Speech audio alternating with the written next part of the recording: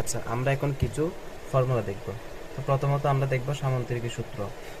সামান্তরিকের মধ্যে আচ্ছা, প্রথমে ধরো আমি ও থেকে এ পর্যন্ত একটা ভেক্টর নিলাম, ওই ভেক্টরকে বলতেছি আমি পি ভেক্টর।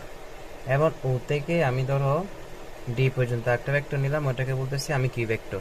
এখন আমি বলতেছি সামান্তরিক। সামান্তরিক কিরকম হয়? সামান্তরিকে বিপরীত বাহুদ্বয় পরস্পর সমান্তরাল হয়। এটা যদি ও এ যদি হয় তাহলে এটাকে আমরা ধরলাম ধরো ও সি। তাহলে এর বিপরীত বাহু হচ্ছে কি ডিসি, এবং ও ডির বিপরীত বাহু হচ্ছে কি এসি। এটা আমি এভাবে যদি আঁকি এসি, তাহলে এইটা সমান্তরাল, এটা এটা সমান্তরাল, এটা। আচ্ছা, এখন আমি এখান থেকে এটা হচ্ছে কর্ণ হচ্ছে কি, এই কর্ণটাকে নাম দিলাম আমি হচ্ছে আর। এই আরটাকে বলে লব্ধি, আরটাকে কি বলে? লব্ধি।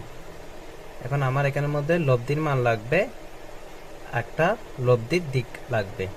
লব্ধির মান বের, আমি আর এর মান বের করতে হবে। এরপর কি, এটাকে ধরো এখান থেকে এটুকু পর্যন্ত যে কোণ হয়েছে এটাকে টিটা বলতেছি, এখান থেকে এ সম্পূর্ণ এই কোণটাকে বলতেছি আলফা।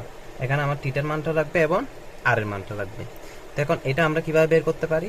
তো এটা বের করার জন্য আমরা যদি এখান থেকে কোনো রকম ভাবে এখানে যদি এটা ওসি, ওসিটা হচ্ছে কোণ, এখান থেকে আমি কি করতে পারবো না, মানটা আর এর মানটা বের করতে পারবো না। এটা বের করার জন্য আমাদের কিছু ট্রিক্স অ্যাপ্লাই করতে হবে। তো এই জন্য আমি যদি একটু যদি খেয়াল করি, তাহলে এখান থেকে ওসি এটা হচ্ছে একটা অতিভুজ যদি হিসাব করি, এখান থেকে কোনো রকম ভাবে এখানে আমি এটা বি রাখলাম, এখান থেকে এটা জয়েন করে দিলাম, তাহলে একটা কি হয়ে গেছে, একটা সমকোণী ত্রিভুজ হয়ে গেছে। সমকোণী ত্রিভুজের ক্ষেত্রে আমরা জানি অতিভুজ স্কয়ার ইকুয়াল লম্ব স্কয়ার প্লাস ভূমি স্কয়ার।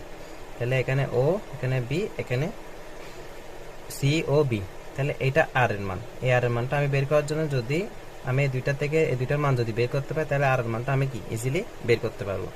তো এটা করার জন্য আমরা জানি এটা সামান্তরিক, সামান্তরিক ক্ষেত্রে তার বিপরীত বাহু সমান। তাহলে এটা যদি কিউ হয়, এটাও কি হবে? কিউ হবে। তাহলে আমি এখন এখানে যদি এটা ত্রিভুজ ধরি, ত্রিভুজ এ বি সি নিয়ে কাজ করি, তাহলে হচ্ছে এটার মান হচ্ছে কিউ। তাহলে এটা হচ্ছে অতিভুজ, তাহলে এটা কি লম্ব, এটা হচ্ছে যে ভূমি। এখন যদি লম্ব আর ভূমি যদি হয়, তাহলে আমরা জানি সাইন। আচ্ছা, এটা এটা কোন কোণ? এটা হচ্ছে এই কোণটা, তাহলে এটা হচ্ছে আলফা। এটার কোণ কি হবে? আলফা। তাহলে sine alpha is equal to আমরা জানি কি লম্ব বাই অতিভুজ। তাহলে লম্ব কি আছে এখানে? বিসি, আর অতিভুজ কি আছে? এসি। এসি মান কত? কিউ।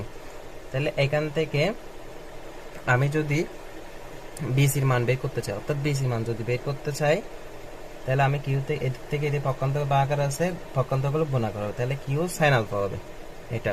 তাহলে আমি এটার মান পেয়ে গেলাম, এটার মান হচ্ছে কি এইটা।